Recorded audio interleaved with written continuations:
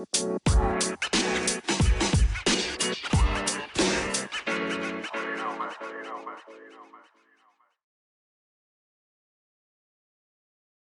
right. The Four Agreements, pages 114, 115, and 116. We start talking about these dysfunctions that are labeled as fear on page 114 at the top.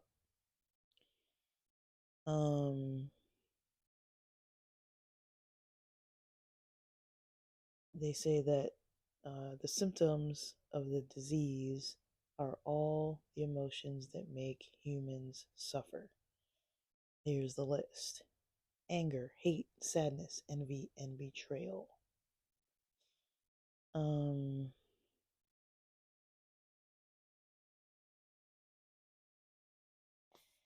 then it talks about psychotic behavior occurs when the mind is so frightened and the wounds so painful, it seems better to break contact with the outside world. And then it goes into talking about forgiveness, saying that forgiveness is the only method of healing. And on page 118, it says, 115. 115. There's a shadow over the number. It says, you'll know you've been forgiven. You'll know you have forgiven someone when you see them and you no longer have an emotional reaction. And page 116 goes into talking about, in the middle, it says, the problem with most people is that they lose control of their emotions. It is the emotions that control the behavior of the human, not the human who controls the emotions. So those are the quotes I'm taking out of this as major points to kind of speak on.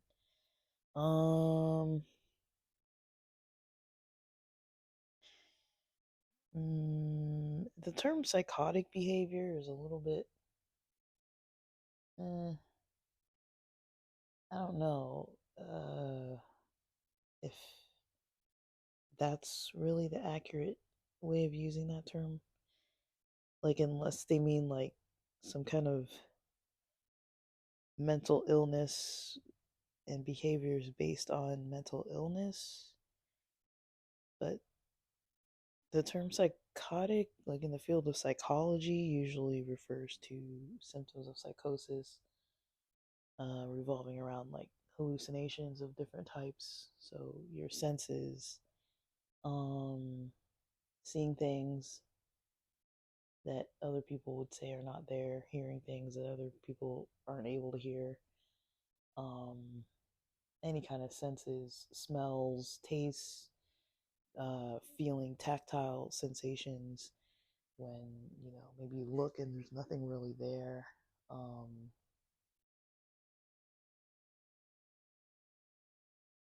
And I mean, there are other types of symptoms like catatonia and, kind of like this lack of speech and disorganized speech, disorganized behavior. Usually in psychology, that's what's considered psychosis and psychotic, but I think here they're not talking about like pure psychosis necessarily, like a psychotic break. They're talking about mental illness and using the term psychotic. I I don't know. I just don't know. I'm not saying I don't know like it's wrong. I'm just saying I was never taught to use the term that way. And so I don't really know if that's like a common usage of the term psychotic. I'm not trying to like pick it apart. I'm just saying like it kind of just jumped out to me because it's like, I mean, people can have psychotic behaviors for sure, but I think the picture of what someone sees as like psychotic behavior is like someone having like out of control behaviors uh, based on some kind of mental issue that they've got going on. Ranting, ranting and raving, kind of like we've seen people in public kind of acting like you know inappropriate, I guess you would say, like when someone kind of is maybe drunken and or seems drunken and like loses their temper and you see them like in a parking lot like shouting. And I think that's kind of the thing they mean when they say psychotic. They're not talking about like someone having an episode of psychosis, I don't think. But that I think that could potentially be added to the list. Like I know we're not talking about like psychology terminology necessarily here. I'm thinking of this one example when I went with a friend of mine and we went to a concert and this was the night before my birthday, not this past August, but the August before. We were at the Forum in LA, staying at this hotel. So we stayed there Friday night. The concert was Friday night. We kind of shared a hotel room and it was fun, and I was like, cool, but we should do this more often. It was pretty chill. Um, for me, I didn't have to stay there, but I was like, like, because I don't live that far from the Forum when I'm in LA. My friend was from San Diego, so I was like, this is kind of cool. You know, they drove up, they stayed over there. I stayed too. Like, I think I probably live about 35 ish minutes driving from the Forum if there's not really any traffic and I'm driving like the streets or something. Um, and that's not a bad distance. But I was like, I wanted to kind of have like an edible and like chill and not have to drive and not have to spend on an Uber. It was like, well, if we're splitting a hotel, it was super cheap with all my Expedia rewards or whatever it was, so we got a pretty decent discount. We were only there for one night, checked out at 11 Saturday morning. Saturday was my birthday, but the night of the concert, like after the concert, we saw Odessa. We saw Odessa, and it was awesome. I actually got to see another group that I really liked too. That was opening that I didn't even know was opening because I don't really check the tickets sometimes. Um, and yeah, we had a really good time, and we're there back at the hotel after the concert. Uber back. We're chilling. We waited for a while for the Uber because everybody's Ubering, but we're like, we're not going far anyway, so who cares? Um, we get to the hotel, we're sleeping, we finally like fall asleep, and we're woken up by this. We're upstairs, and there's someone downstairs in the parking lot, and this is like one of those hotel motel sites where you can kind of like see the parking lot from the window. Uh, like all the hotel windows are on like one side, and then there's like a parking lot below. Some of it's covered, some of it's not. I think it was off Century Boulevard or something. I don't remember, but there's a bunch of hotels right there, and you know, you hear this person just like screaming at the top of their lungs, like yelling, and it's this guy. I think there's some woman in the car. Uh, I don't know if they were kids. I wasn't paying attention. I was like woken up out of my sleep and I was like, I don't want to like get up and look out the window or whatever because I might wake up my friend. And then I kind of realized my friend's like kind of like, what's that? I'm like, oh, well, she's talking, she's awake, And so I go and like look out the window a little, like peek out, and I just see this guy in the parking lot just losing his mind. And I'm just thinking, where's security? Because this is going on for a long time. Like, he's like shouting at the top of his lungs. I can't remember what it was about, but he was screaming about something about how he's going to leave. Um, I can't remember if the lady was responding at all, but they were having a clear, that was some kind of verbally abusive situation. Like, in my head, I'm like, there is no excuse for somebody to be yelling that loud at that hour. It must have been well after midnight, probably close to 1 or 2 in the morning, maybe 3 in the morning or something. It was dark, but it was late, and I know we got back late, so we probably got back around midnight. And I was just thinking, like, I was going on for a good, like, 5 minutes or so, and I'm like, why isn't anybody, like, securing this parking lot, making sure there's nobody yelling? Because in my head, I was like, somebody probably just came off the street and they're drunk and they're just like by themselves, like screaming around. But you're in the city, things like that happen. That is what I'm kind of picturing when somebody says, like, when this phrase here, psychotic behavior, occurs when the mind is so frightened and the wounds so painful that it seems better to break contact with the outside world. Like, kind of like, it goes both ways. Like, this person was having like some kind of an outrageous fit, and then the other person who he was yelling at was probably experiencing a lot of negative emotions as well. But he definitely was not in control of his emotions, like at that level of yelling and screaming. Like, you could hear word for word what he was saying, like every single word. You could hear clearly what he was saying. I just don't remember. This was like over 2 years ago now. It's like 2.5 years ago. Um, but or 1.5 years ago. I can't count. I can't count, guys. It was 1.5 years ago. It was 2022, August of 2022. Um, but you know, things like that leave issues. Like, if you could imagine, or maybe you have had experiences, where you live with somebody like that who can't control themselves to a point where they're yelling so loud when they get in that mode that everybody around is like in this conversation, and like kind of like everyone else's like fear responses are kind of heightened because you're like, is this person okay? Is there going to be a fight? Is there going to be a gun or a weapon?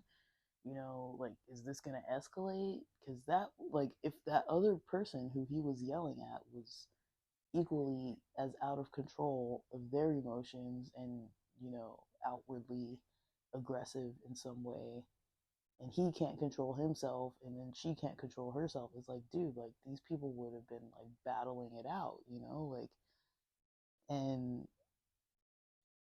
her having kind of more of a shutdown reaction. I mean, that is another method of a reaction where it's like, it's probably, that was probably the best reaction she could have had, because I could see, like, if he was triggered more than he already was, I I don't know what would have happened. Like, it probably wouldn't have been good. And I can't even imagine if this is in public, pretty much. Like, you're not even trying to be quiet at a certain point. This is out in the parking lot where everybody can just peek out the window and look. People at the other hotels on the other side could have probably heard him too. The neighbors on the back lot past the wall, like past the alley, probably could have heard this too. Like, it was loud. Like, it was really, really loud. And so I'm just thinking, like, and it was going on for such a long time too, until I think he sped off and left, like, with like the car wheels like screeching out of the parking lot. I think that's how it ended. Um, I don't think security or staff intervened. I don't think cops were called or anything. But I'm thinking, like, these people don't even live here. This is a hotel, motel kind of setting.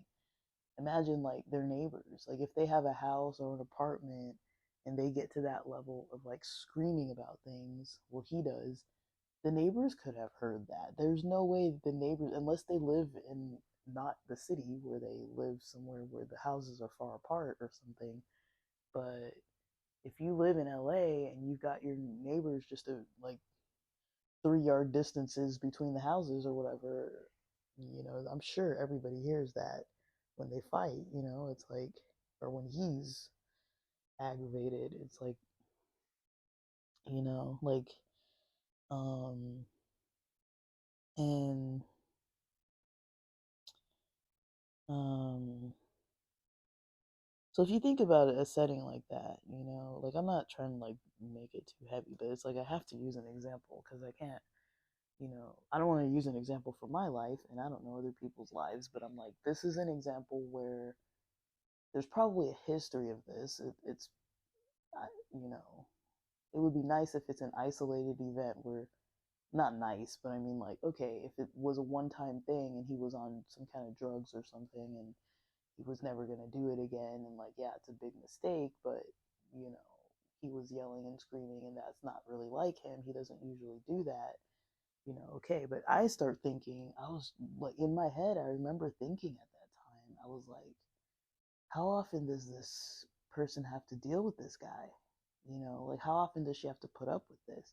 If someone's gonna do this on a trip or on vacation or in public, like, and I don't know that life, like maybe they were in some kind of a situation. Sometimes, a lot of times these days, when you go to hotels, I've experienced this a lot in Southern California.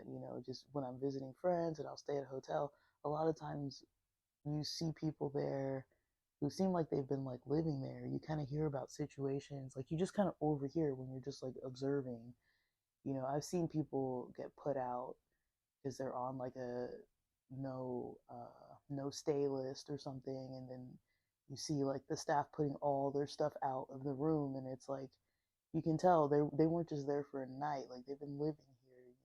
Like there's some programs that put people up in hotels when there's like a homelessness situation. It's not a lot of places, but that's becoming more and more common to see, like vouchers and stuff. So it's like when you think of it, it's like when I think of it, I'm like, I was there for a concert to have fun, to like, we had a little money. Like, I'm not saying we're like super wealthy, but it's like we had money to spend on a concert and like to get out of town and like split the concert bill and like food and like go out to eat some food and like have a good time together and stuff like that. Like, we were there for like, exploring the environment and like having fun, eating some really great local Mexican food, and you know, we were just chilling. We weren't there because like we had just got put out of our house or like evicted or like some kind of stressful setting. You know, I mean, maybe there was stress. I don't remember, but I mean, like we weren't there for. I don't know why those people were there. So it's like I think about those settings where it's like I may be here for this reason, to come see this band and have fun with my friend, and like it's almost my birthday and I'm enjoying myself, versus this other person is here. I don't know what their situation is, but clearly in that moment they weren't having fun. And so I kind of think of it, and then I think about like, well, what have they been going through? Like, clearly something's been going on, probably. This likely isn't an isolated incident. Like, maybe, best case scenario, it happens once and never happens again, and that's still probably traumatic. um I mean, I still remember it to this day, and so I'm like, it it was it left an impression on me. Nothing happened, but I remember being kind of heightened and feeling like, oh man, like it was a relatively nice hotel for like the price, and like it looked really clean, and everything about it was like pretty chill. The parking was $5 a car. I paid for both of our parking, and it was event parking too, so it went up to like $50 if you were like going to like a game or something, because SoFi's right there too, and like, Rams, Chargers, LA has so many freaking teams, and so there's like event parking. Hotels use their extra spaces as event parking sometimes too, and you know, um, but not everybody's there for the same reasons, right? And so, um, but that's an example of someone just being out of control. And when they say psychotic, I think that is an example that they would probably use as when they use this term psychotic, and when it says human suffering, anger, hate, sadness, envy, betrayal, those are symptoms of the disease. Like, this guy had something going on. She had something going on to be like in that situation too. Like, people don't just like go in those situations and stay in those situations without any kind of like, you know, kind of situation going on for themselves. It's like when that becomes normal, it's like, whoa, like, and maybe she knows maybe she knows he's harmless. Maybe that's just how he gets, and he's harmless. Like I've known people that, I that have been friends like long term, like lifelong friends since I was like a young child, that I've seen who have massive anger issues, that I know them. And so I'm like, when they get like that, I've never known anyone who got to that level of screaming necessarily, but I've seen people kind of acting out in like bad behavior and stuff, and I've witnessed that, and I've been around them when they're doing that around other people that I know. And for me, it was kind of more like, oh, it doesn't really phase me because I know they're just like in a mood, and we're just like, huh. We almost like laughed it off. Like, I wasn't proud that I didn't really like step up for the other people, but at the same time, in my head, I was kind of like, I kind of know that this person's not gonna take this to a level that, like, at least with my experience, I was like, they're not gonna do anything more than just like, put this person in their place.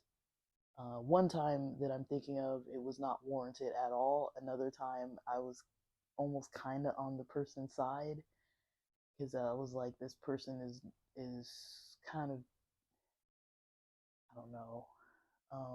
It was kind of like a pastor that was kind of being like, almost just not okay.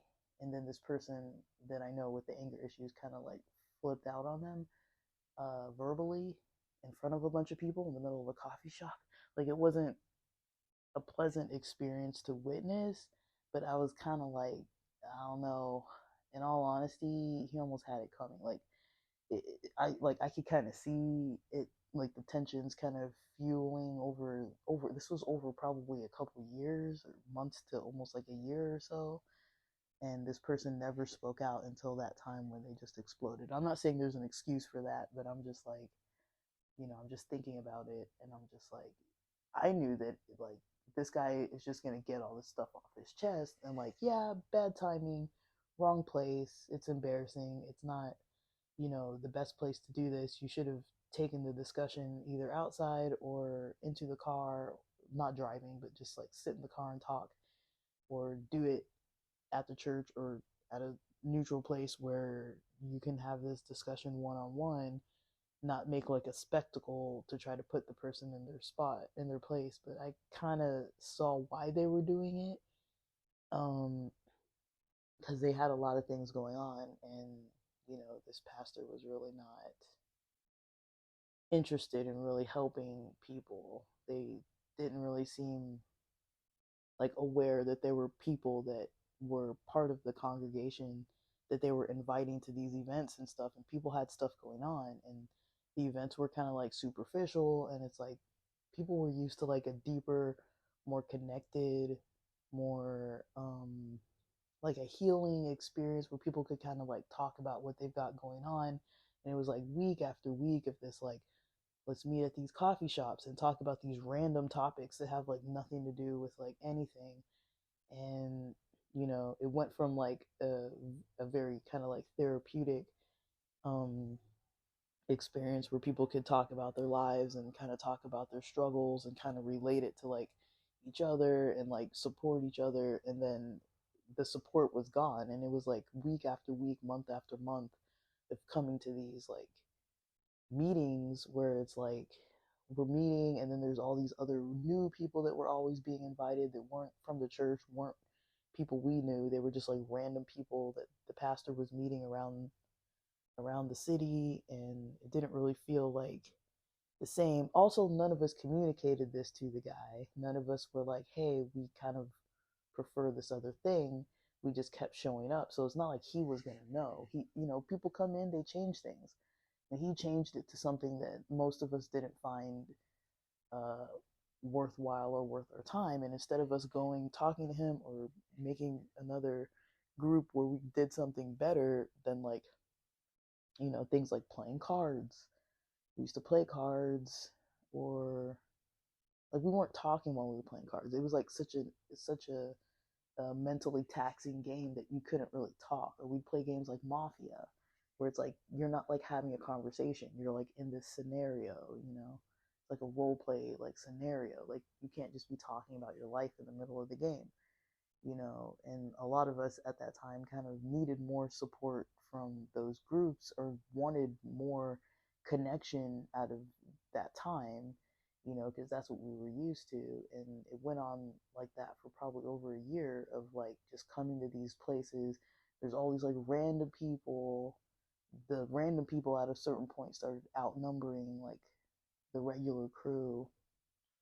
um and we kind of just, it wasn't like fulfilling, but also none of us communicated this to the guy, and he also wasn't aware of it. He never checked in with us about it, but like, yeah, this person I knew kind of totally one day was like, you know, you don't care about us, like you don't, you just didn't want to invite all these girls and want to, you know, play all these games and like do all this stuff, and it's like we have things going on and you kind of don't even, you know, seem like you even care or notice. And I get it, because this guy, you know, he had a lot going on. A lot of us had a lot going on, and we talked to each other about it. We're like, I don't know, are you getting anything out of this? Like, this is kind of like, you know,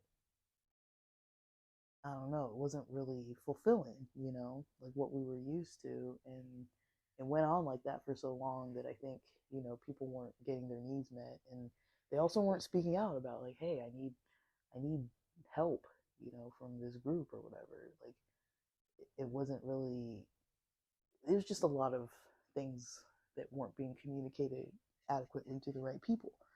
That's not easy to do, but also it's like people have to check in with each other. You know, they can't just be like, I'm just gonna make this group and do this thing, and then have all these other people who feel like they're kind of getting left out. And it's like, oh, we as the congregation are like secondary to like these random strangers that are getting pulled in, so we can have like game nights. And like I'm not here for a game night. I wanted like an actual like deeper connection with people that I'm getting to know, not just random people coming in every week where you're like meeting all these people that you're never going to see again, and it just takes your energy. And it's like, you know, if we're going to spend 3 hours on a Sabbath night together, you know, a lot of us wanted it to be like a deeper thing, not like a party, you know, like a casual party, like a casual like meet locals party kind of thing. But I kind of get it. I can kind of see both sides of it, but you know, that was an example where, you know, somebody just kind of like lost their cool and kind of just made a scene. And I didn't stick up for the pastor at that time, because I did not see, I saw it as wrong place, wrong time. This is inappropriate behavior, but I didn't really see it as something that I didn't agree with. Like, as far as the words that were being said, I was like, I agree. It's just the wrong timing to be kind of like talking about this with 20 strangers there, you know, and there's like 5 of us from the church and like 20 people that we've never met before. And it's like, oh, this again? What's the topic of the day? Or we're going to talk about, who knows what the topic is. But it's like, say, this is like before those Tesla cars were out, but say the topics would be like as superficial as, you know, what's, what do you think about the new Tesla? You know what I mean? It's like, it would be like that kind of topic, instead of like some deeper topic of like, even generally, like, how was your week? You know what I mean? What have you been dealing with? Like, how have things been going? Like, but it's like when people need that kind of, some kind of help and support, a lot of times they're not going to reach out for it. Sometimes they won't reach out for it, or they don't know to reach out for it in a certain way. And I think the way that the guy I knew who did have the anger issues, anyways, the way he went about trying to reach for the help, um, I don't think the pastor ever ended up actually trying to help him, because he was so shocked and uh, uncomfortable and upset with how this guy reacted in public in front of a group of guests. You know that he was not pleased with the way that situation went down. Um, I was kind of just like, I don't know. Um, um, but yeah, when you see that kind of stuff happening and you kind of know the background, it's kind of like, I don't know. When you see that kind of stuff happening and it's like unwarranted, it's like, it makes sense to stick up for people. Um, it was pretty shocking though. I was like, I did not expect this to happen, but it was bound to happen eventually. Just I didn't expect it to happen in that way. Um, but I don't remember the groups. I don't remember the groups ever changing from that point. They never got deeper. Um, they never got helpful. I just remember constantly having like game nights and stuff, and I was just like, this isn't really what I was trying to do, on a Friday night. If I want to have a game night, I'll do it on a Tuesday, I'll do it on a Monday, I'll do it in the middle of the week, I'll do it on a Sunday, I'll do it any other day. Like Friday nights at that time in my life, Friday nights kind of meant something different. And there was a group of us where Friday nights kind of meant something different to us than just a casual game night. It meant like more connection with community, kind of like a healing kind of experience. I mean, you can't really put that on somebody else though. You can't be like somebody else is responsible for me to kind of get my needs met with this. Like, I mean, you know, people have to do what they need to do for themselves too. You can't just put it all on like a group. Um, but when you think of those situations where people kind of like lose their cool and they kind of just like create those settings, um, that's maybe it's a one-time thing, maybe it's a constant, like a one-time thing, like that situation with the pastor getting yelled at.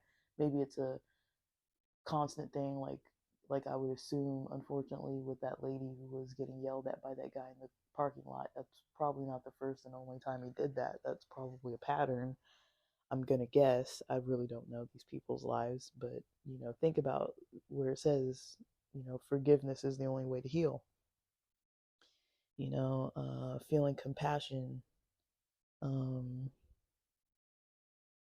for ourselves, um, letting go of resentment,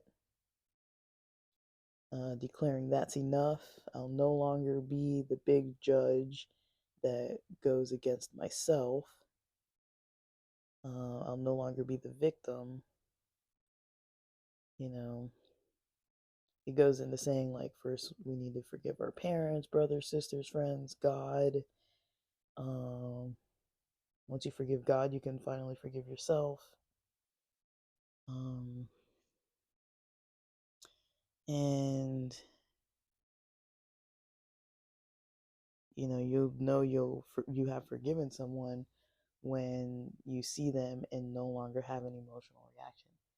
So maybe not all of us have been through situations where somebody was like yelling at us, um, like that, in a humiliating setting, or making a scene, or constantly having a pattern of yelling. Maybe it's some other thing that somebody's done where they either had a pattern of it or they did like a one-time mistake, where I'm not saying one time as if like, oh, it's not as bad just because it was once. I'm just saying like there's sometimes things just only do happen once where it's a mistake and it's like, ooh, that was not good.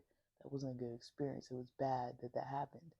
And then other times there's a, you know what I mean? It's like other times it's like a pattern, or like they just never get it under control and it just keeps happening.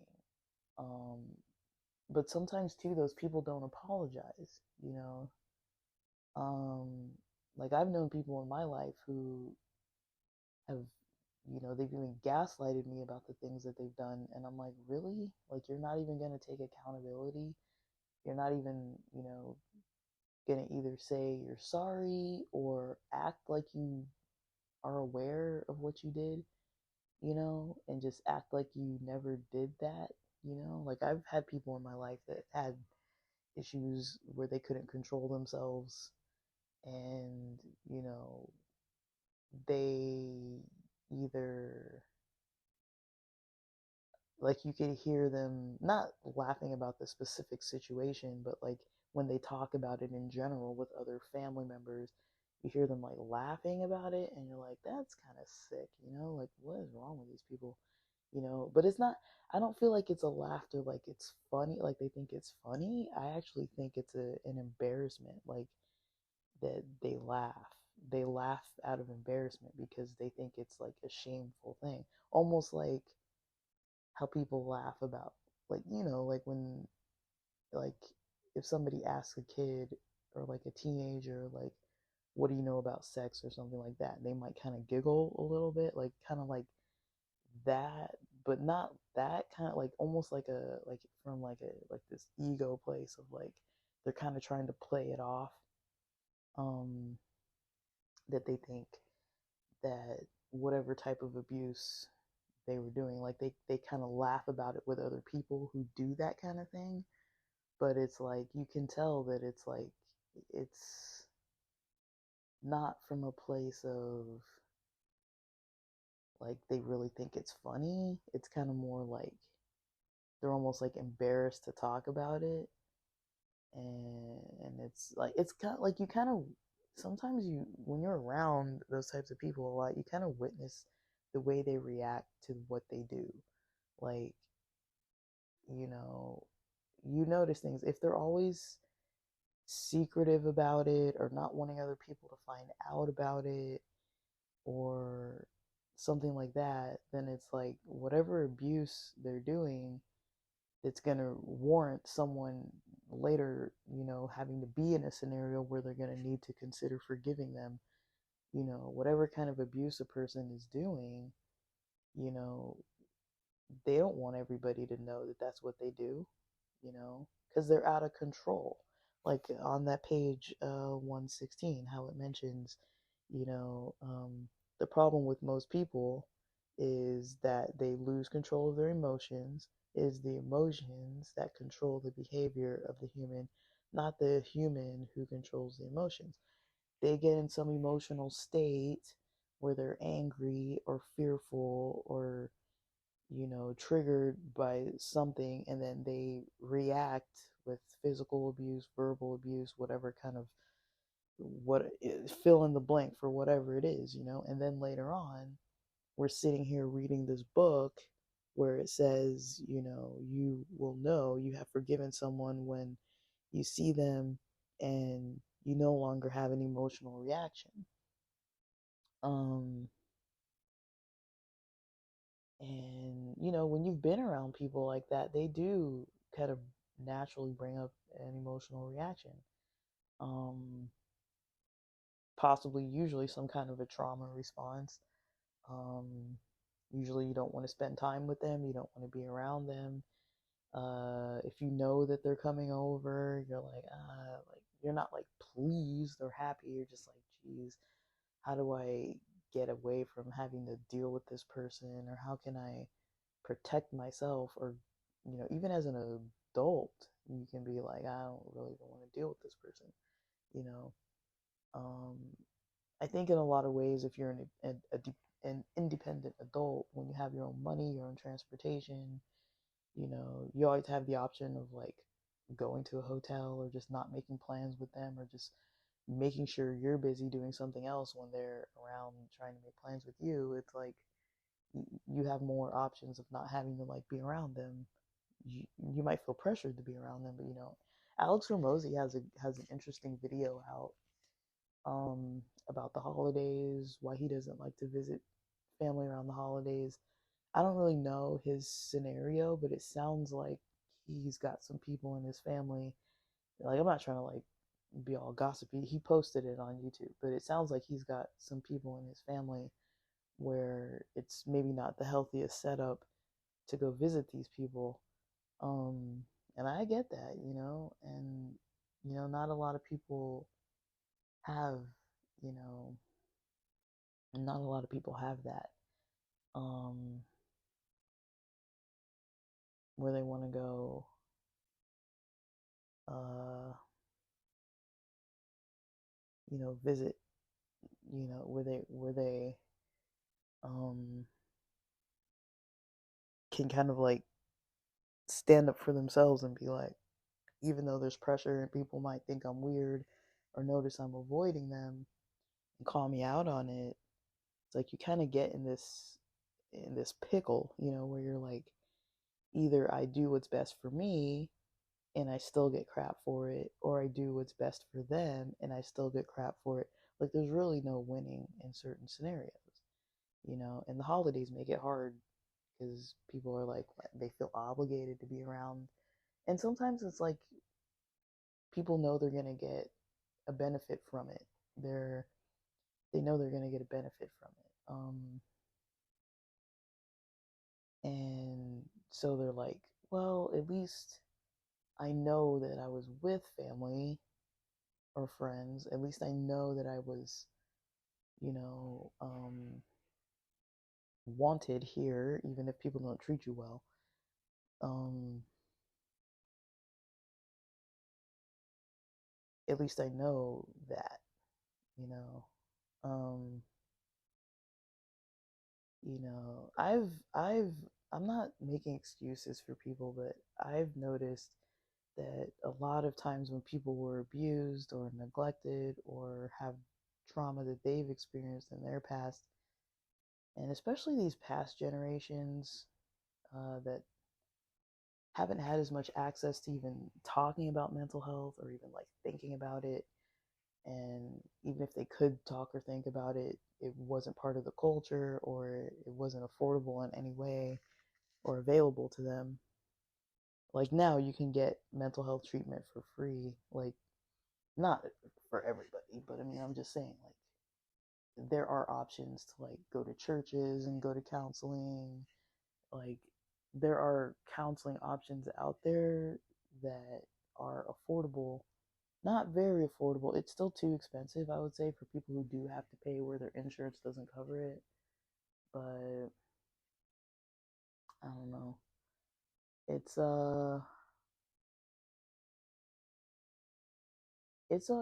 it's kind of a hard situation to deal with, when you don't have proper care for that long. I mean, you almost, I think people almost have like a form of brain damage, you know? And it's like, if they're not interested in experiencing corrective types of experiences and stepping out of that comfort zone socially to be able to like practice vulnerability and have better experiences with it, they're the ones who are going to be at a loss and not have connections with people, and you're going to hear them complaining, basically what they're saying when they're like, oh, like, you don't come for the holidays, you don't care about us or whatever. It's like they want a connection with you, but they also don't want to be vulnerable enough to not be abusive. And so it's kind of like, well, you can't have it both ways, and if they don't want to recognize their role, that people don't need to have to put up with that. I mean, I think when this book talks about forgiveness, it's not saying like give in. It's not saying give in, go to the holiday, tell them that how they treat you is okay. Like Alex Hermosi's example is good, because he kind of mentions, how you could stand up for yourself, how you can kind of stick up for yourself. And yeah, but the thing is, it kind of depends on your scenario. Like, you don't want to be getting in like fist fights with people and stuff. Like, I don't know your family, I don't know your situation, but it's like you can get you can get to a point where people know your view. I think most of my family knows my views on abuse. um I talk about it openly when I hear people saying stuff about like, oh, like hitting somebody or whatever kind of thing that they mention. And I'll just be, if they're talking to me and I'm just there, I'll be like, that's wrong to do. And of course, they're going to get mad about me making that comment and try to like justify themselves and like nobody wants to be called out when they're saying that, like, they're talking about some scenario if they like hit somebody, or like, oh, like, I remember when I was, so, when this, I don't know, this person at their 19th birthday, came up to me and, like they might have done some minor infraction of some kind, and then somebody mentions how they were like hitting this person on their birthday or something. And maybe even if they were an adult, it's like it doesn't make it right, Like if I hear people say stuff like that, I'm like, that's wrong, Like I don't have a problem saying that. It's like, what are you gonna do? Hit me? Like, I know you're not gonna hit me, and even if you do, I will leave. I can protect myself. Like I know enough self defense that these old people in my family that are like 60, 70 something years old, go ahead and try it. You know what I mean? Like, I'm not saying like I want people like attacking me or whatever. I'm just saying, like, I'm at a place in my life now where it's like I tell people like it is, and when I hear them kind of in their kind of trying to like boost themselves up and like being proud about how they hit somebody or whatever, I'm like, that's wrong. I don't care what they have to say in response. It's wrong. you know like, I mean, if somebody was hitting them first and then they're like defending themselves, it's like, okay, but that's not the scenario. They'll talk about other kinds of stuff. And so, it's kind of like, I do know quite a few family members that think it's okay to be like hitting people or screaming at people, but it's them having their emotions out of control. They have massive anger issues, and they just lash out. But now they're old, and it's like you can't just lash out on somebody who's like 20, 30 years old. Like, they can out sprint you, they can outrun you, they've got muscles. A lot of people in our younger generation, a lot of my cousins and everything, we're smart, we're intelligent. We know about mental health. A lot of people in my family actually work in mental health in my generation, like millennials and Gen X. I've got probably 4 or 5 cousins that work in mental health, other people who work in like nursing and other health fields. You know, People know that it's wrong, you know, and people stick up for each other. If one uncle is trying to like bully somebody about something, and other people will be like, leave them alone. You know what I mean? It's like nobody stands for it. And so we've got, this dynamic in my family where there's these older people who try to like push and bully, and not all of them, but it only takes a few. And they try to push and bully, and they've got a history of abuse behind them. And then there's the rest of us who are like, this is wrong. We say it, and it's Christmas, and we're saying this. You know what I mean?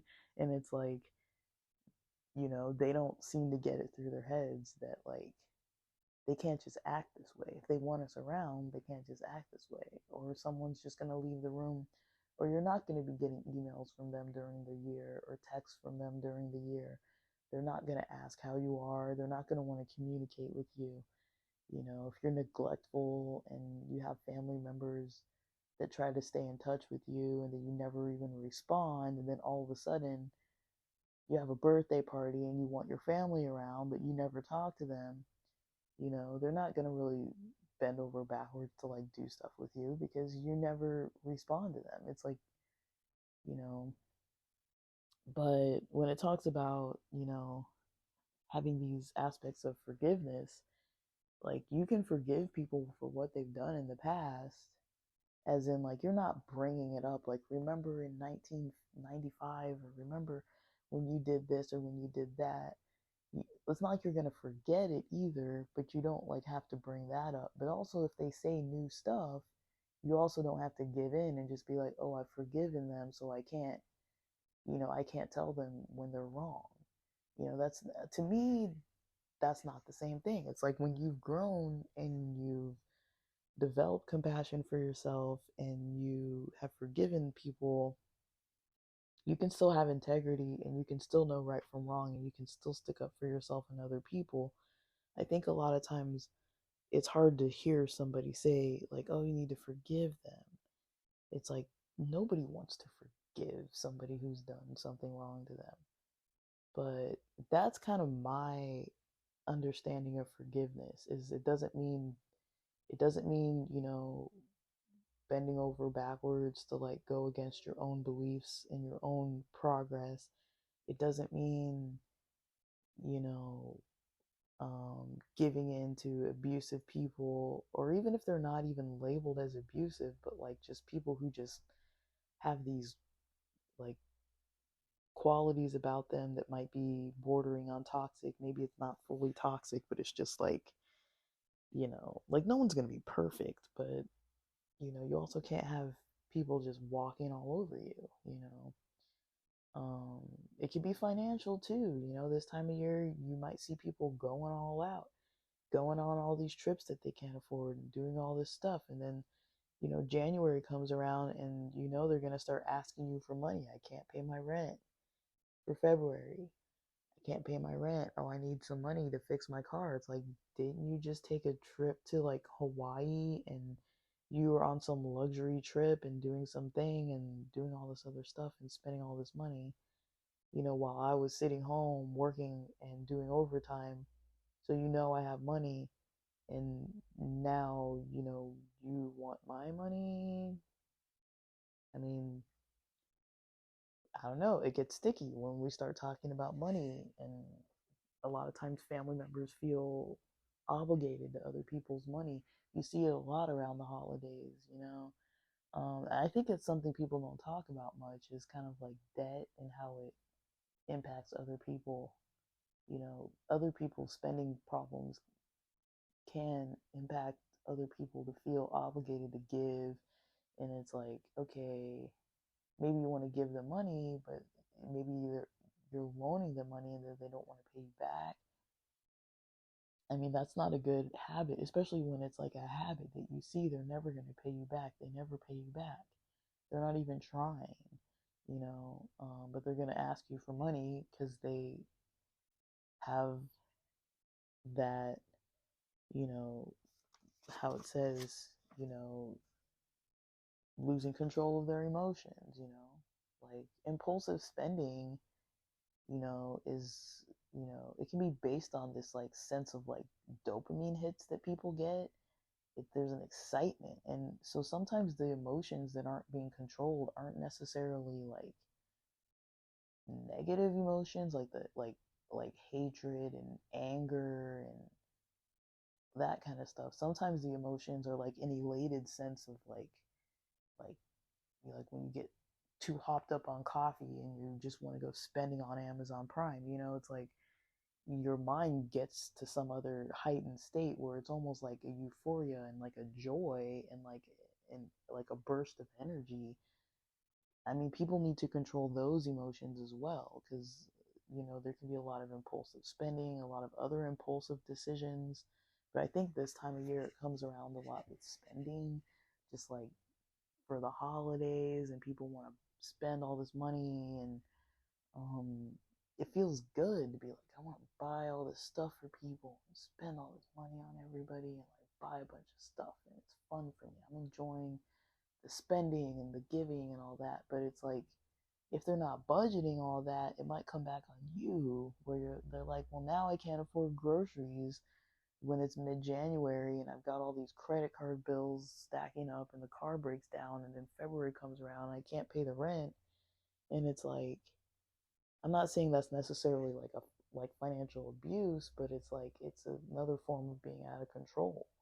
And a lot of people have problems with family members who do that, and it's like you're going to feel obligated to give them your money. And this year, and when 2024 comes along, a lot of people, their money's not going to look like it used to in 2022, in 2019, in 2017.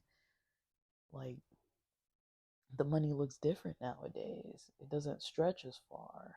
You might not be making as much, but people might not, family members might not be so understanding. So, um,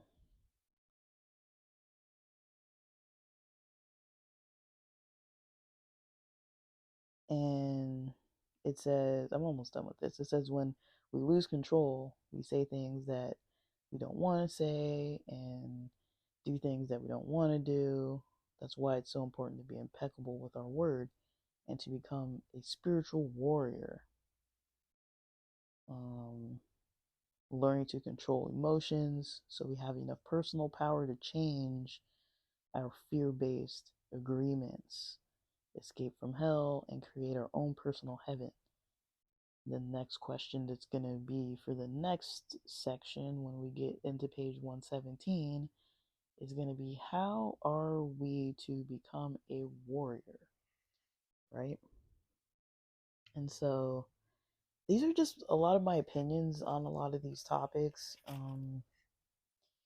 You can do with it what you will. I'm not always right in what I say, but I do know that, practicing forgiveness is not easy. Um, Practicing compassion for oneself is not easy. A lot of us aren't taught to have compassion for ourselves. We're a lot of us, people focus on telling us what's wrong. You got a bad grade in this, you did this wrong at work, you did this thing wrong when you were with your brother or your sister, or when you were with your parents. People want to point out what's wrong, and those ideas get stuck in our heads of what's wrong, what's wrong, what's wrong. Like, I'm not good enough at this, I'm not good enough at that, this isn't good enough in my life, I'm comparing myself to other people and they're better than me at this or that. People don't have compassion on themselves for what's difficult, for what they're struggling with, for the energy that they don't have, for the breaks that they do need, that they're not able to get, because they have to work so much to make the money that they need, and being overstressed and overworked and overstrained. Uh, a lot of times we're not taught to look at our lives and be like, yeah, I'm having a hard week. Yeah, everyone around me is getting COVID. This sucks. All my plans are changing for the holidays because of people's money situations. All this is changing. All that is changing. My health is changing. My other things in my life are changing. A lot of times we don't see ways to kind of deal with this. Um, and it's hard, it can be hard. We're not taught to practice compassion. What does practicing compassion even look like? I would say one thing is being aware of where you are with yourself at certain times of day. And, like, I'm not saying make excuses, because I think a lot of times people might misunderstand having compassion and practicing self-care as making excuses. Like, but if you need a day off, like, I've talked about it before, like, there were times where I was like super irritable. Like, I would just wake up and just be irritated at certain things that I had coming up in the day when nothing had even happened yet, and I'm already irritated, and it's like I don't feel well, and I just want to be by myself because I know I'm irritated all the time if I'm not. And it's like I had a lot going on, and I wasn't taking care of it. I was just like, I'll just plow through like it's any other day, you know? Like, I don't feel good, it's okay. It doesn't matter if I don't feel good. I'm still gonna just, try to do what I'm gonna do, and, like, not take a break, and not, work on myself, and not, try to have an understanding with myself about what I'm actually experiencing. I'm not gonna do any of that. I'm just gonna plow on through. Um,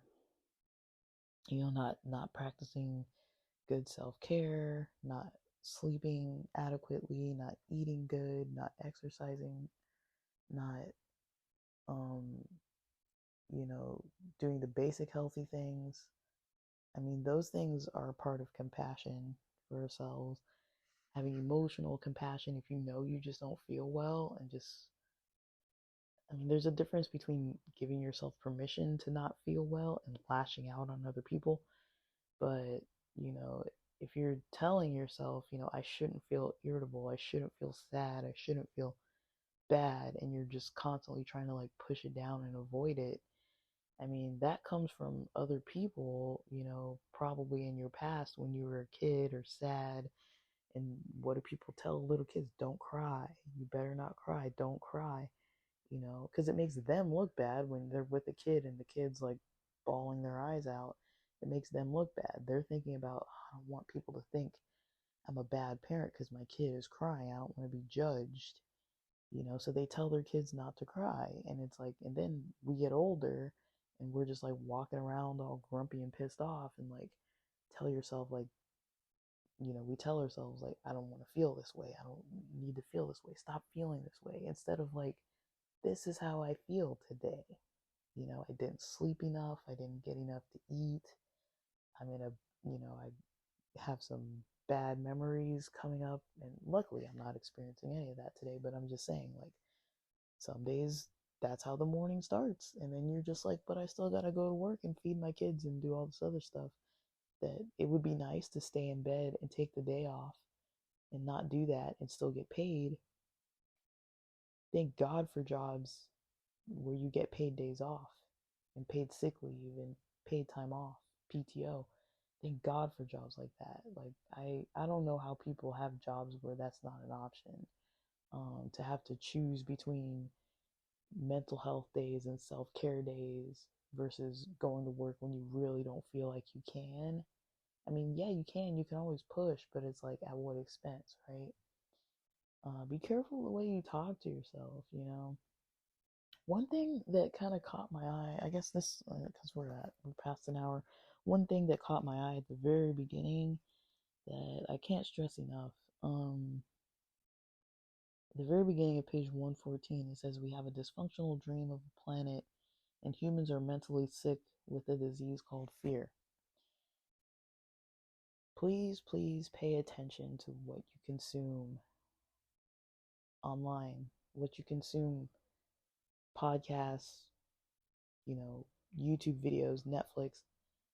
I was talking to a friend about this, and I can't tell you the last time I watched a Netflix movie that was, pretty happy. Like, there are comedies out there, there are, stand up comedy. Bill Burr's got this movie out that's really funny. There's some, cartoons and like family movies, and like some of the holiday movies are pretty funny. Um, I watched something kind of funny around Thanksgiving. I think it was a Christmas movie. I don't remember what it was, but it was kind of funny. Um, but those are few and far between. Like, I can't tell you, like, I had COVID. Like, I was watching countless amounts of content, and I was just sitting there watching this stuff. I'm like, man, this stuff is just so negative. Like, every story like has a negative. Like, for the first time, I mean, this is maybe spoiler alert. I watched this movie yesterday. I don't remember what it was called, but it was about gambling, and it had one of the cast from It's Always Sunny in Philadelphia, one of the guys. I can't remember the name of the movie. The movie's name is like two words. I can't remember what it was. But it has something to do with like gambling, and it had a happy ending. And I was like, when that movie ended, I had to think to myself, I was like, when's the last time I watched a movie that had a happy ending? Like an actual happy ending, not just like, okay, this probably worked out, like, okay, and like an actual happy ending to a movie. Like, I couldn't think of a movie that I'd seen in the last 2 weeks that ended well, and I don't even watch horror movies and all that kind of stuff. It's just everything's so just like dark and negative lately. There's like this theme of like just heaviness to like the movies right now. And maybe that's reflecting on society. Maybe the writers are writing reflecting on, you know, society. Maybe that's what it is. But I remember I used to get a lot of joy out of watching movies, and it was fun and I'd be happy. And now I'm like, man, like I debate. I'm like, I used to like watching indie movies. I used to love it, and then it's like now I don't like them. They're depressing. YouTube, everything is fear-based, like the economy and this and that, and like politics and the wars and all. And it's like you have to dig into stuff to find something positive and happy, not like TikTok that's just like chomping away at your dopamine hits, and then you got YouTube where you're scrolling through trying to find something that's not like a doom and gloom title. Even when you aren't trying to watch certain stuff and there's some, thumbnail of some like gross thing, like all kinds of stories that I'm just like, ew, like this isn't even like there's negative and then there's like the beyond negative of all these like abuse cases and stuff where you're just like, I don't want to watch this, you know? Like stop scrolling and just sit and think about what you want to watch, because if you scroll, you almost never find something positive. It's either clickbait or it's negative, and I mean, that can't be healthy. It can't be healthy. You know, a lot of people start their mornings out watching YouTube, and it's like, you know, like what are we doing? You know what I mean? Like this stuff affects people. Like people want to know why they feel like fearful and sad and bad and negative all the time. It's like you gotta get that stuff out of your life. Like there's religions right now that are debating about, is the internet even okay? Like when you learn about dopamine, when you learn about the mind and just like how it takes on energy and how your body takes on energy, and then you watch some of the content, you will realize there's a lot of negative content out there. Like, even if you just scroll, try to count 10 videos where the content is positive. Like, even the stuff that's supposed to be funny or entertaining is like still kind of dark. Like, oh, find out how this person lost $18 million by being scammed by a romance scammer from Nigeria. Find out how this person, it's like, it's entertaining, but it's like it's not positive. Like some poor lady losing her life savings or spending her husband's disability on, some kind of scam. It's like, I watch that kind of stuff. I'm like, I watch a lot of stuff about people getting scammed, and it's like I'm like, why am I watching this? Like after a while, I'm like, it's interesting to kind of inform ourselves, but then at a certain point, it's like, why am I filling my head with this? Like it doesn't help my day any, to know that there's people getting taken advantage of financially in a big way for years on end or months on end. It doesn't help me to kind of learn about the newest detail of who's getting killed where in the world and what to be mad about and who's racist and who's getting indicted and all the drama behind it all. It's like, you know, what to fear about the next tax season that you might not know, like what's happening with the housing market and all, like that stuff is not healthy. We got to think about what we're feeding ourselves, feeding our minds. Like, is it something that makes you think and makes you kind of challenge yourself to try to get better? Or is it something that entertains you and like promotes like fear and negativity and, crisis and like, you know, it leads to more depression. It does. You got to cut it out of your life. I'm not saying don't be informed, but you have to cut that stuff out of your life if you want to feel better. You're not going to feel better watching that stuff all the time. It feels good because it feels like you're relaxing and you're getting entertained, but you're slowly, you know, depleting joy in your life. Find at least joyful stuff to listen to, joyful stuff to watch, stuff that's going to challenge the areas of your life that are difficult, you know. You have to do that. um, just stop scrolling in general. Stop scrolling around and type what you want to know. Type what you want to watch or listen to. Because just that process of typing it in is going to give you more than all the clickbait titles. if I type in, how to work on my anxiety, that's going to give you more options than, you know, the rise of anxiety in America today. It's like if I click on that, that's going to be a lot of stressful, content, really. It's like versus how to actively work on it. Usually instead of like listening to other people talk about their stories about how they were anxious and seeing how sad they are and how it negatively impacted their lives, versus here are some steps you can try to see if it works for you to help you. You see what I mean? Those are two different methods of approaching the same issue. But I've been talking for ages on here. I woke up early so I could get more in. Some of these episodes are going to be short, some of them are going to be really long. But we're almost done with the book. The book has like 130, 140 pages.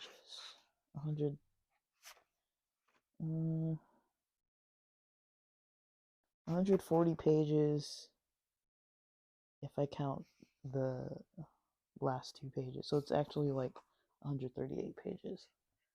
But with that, I've been talking for a long time. I've got some other stuff to record. Because I got breakfast to deal with. Hopefully this is helpful, though. Alright, that's it for now.